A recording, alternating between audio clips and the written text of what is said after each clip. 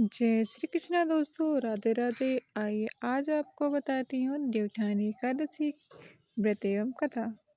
कार्तिक मास की शुक्ल पक्ष की एकादशी को देवउठनी एकादशी माना जाता है।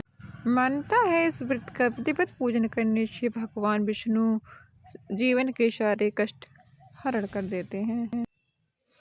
देवउठनी एकादशी का व्रत काफी महत्वपूर्ण और फलदायक माना जाता है। यह हर साल कार्तिक मास की शुक्ल पक्ष की एकादशी के दिन रखा जाता है। मान्यता है भगवान श्री हरि विष्णु अपनी योग निद्रा से जाग जाते हैं। इस साल यह व्रत 23 नवंबर के दिन मनाया जाएगा। वही एकादशी का व्रत बिना कथा पढ़े अधूरा माना जाता है। देवउठनी एकादशी का व्रत कथा का पूरी श्रद्धा पाठ से पूजन करने से हमें संपूर्ण फल की प्राप्ति होती है। एक राज्य में सभी लोग देवउठनी एकादशी का व्रत रखते थे। राजा तथा नौकर चाकरों से लेकर पशु पक्षी तक एकादशी के दिन बिना अन्न खाए व्रत करते थे।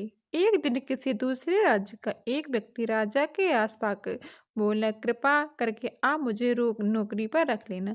तब राजा ने उसके सामने एक शर्त रखी, ठीक है रख लेते हैं, किंतु रोज तुम्हें खाने में सब कुछ मिलेगा, पर एकादशी के दिन अन्न नहीं मिलेगा। उस व्यक्ति ने उस समय हाँ कर ली, पर एकादशी के दिन उसे फलाहार के सामान दिया गया तो वह राजा के सामने जाकर गिड़गिड़ाने लगा, महाराज इससे मेरा पेट नहीं भरा, मैं भूखा ही मर जाऊंगा, मुझे अन्न दे दो। तब राजा ने उसे शर्त की बात याद दिलाई, पर वह अन्न छोड़ने को राजी नहीं हुआ। तब राजा ने उसे दाल, आटा, चावल आदि दे दिए। वह नित्य की तरह नदी पर पहुंचा और स्नान करके भोजन पकाने लगा। जब भोजन बन गया तो वह भगवान को बुलाने लगा, आओ भगवान भोजन तैयार है। उसके बुलाने पर पीताम्बर धारण किए भगवान चतुर्भुज के रूप में आ पहुंचे और प्रेम से उसके साथ भोजन करने लगे। भोजन करके भगवान अंतर्ध्यान हो गए और अपने अपने काम पर चला गया।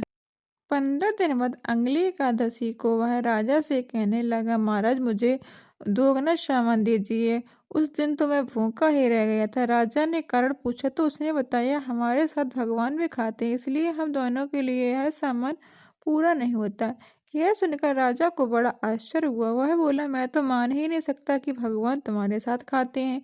मैं तो इतना व्रत रखता हूँ, पूजा करता हूँ, पर भगवान ने मुझे कभी दर्शन नहीं दिए।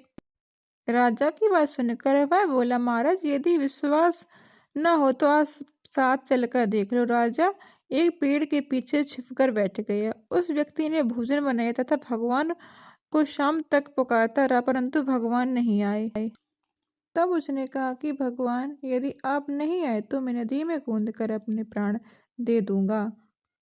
जैसे ही वह अपने प्राण त्यागने के लिए नदी की ओर बढ़ा, प्राण त्यागने का दृढ़ संकल्प देख भगवान शीघ्र ही वहां प्रकट हुए और उसे प्राण त्यागने से रोक लिया और साथ बैठकर भोजन करने लगे। खा पीकर वे उसे अपने विमान पर बैठाकर अपने धाम ले गए। यह देख राजा ने सोचा कि व्रत उपवास से अभी तक कोई फायदा नहीं है। जब तक मन शुद्ध ना हो तब तक कुछ नहीं है। इससे राजा को ज्ञान मिला। वह मन से व्रत उपवास करने लगा तथा अंत में स्वर्ग को प्राप्त हुआ। जय श्री कृष्ण, राधे राधे, श्री शिवाय नमस्तभ्यम, हर हर महादेव।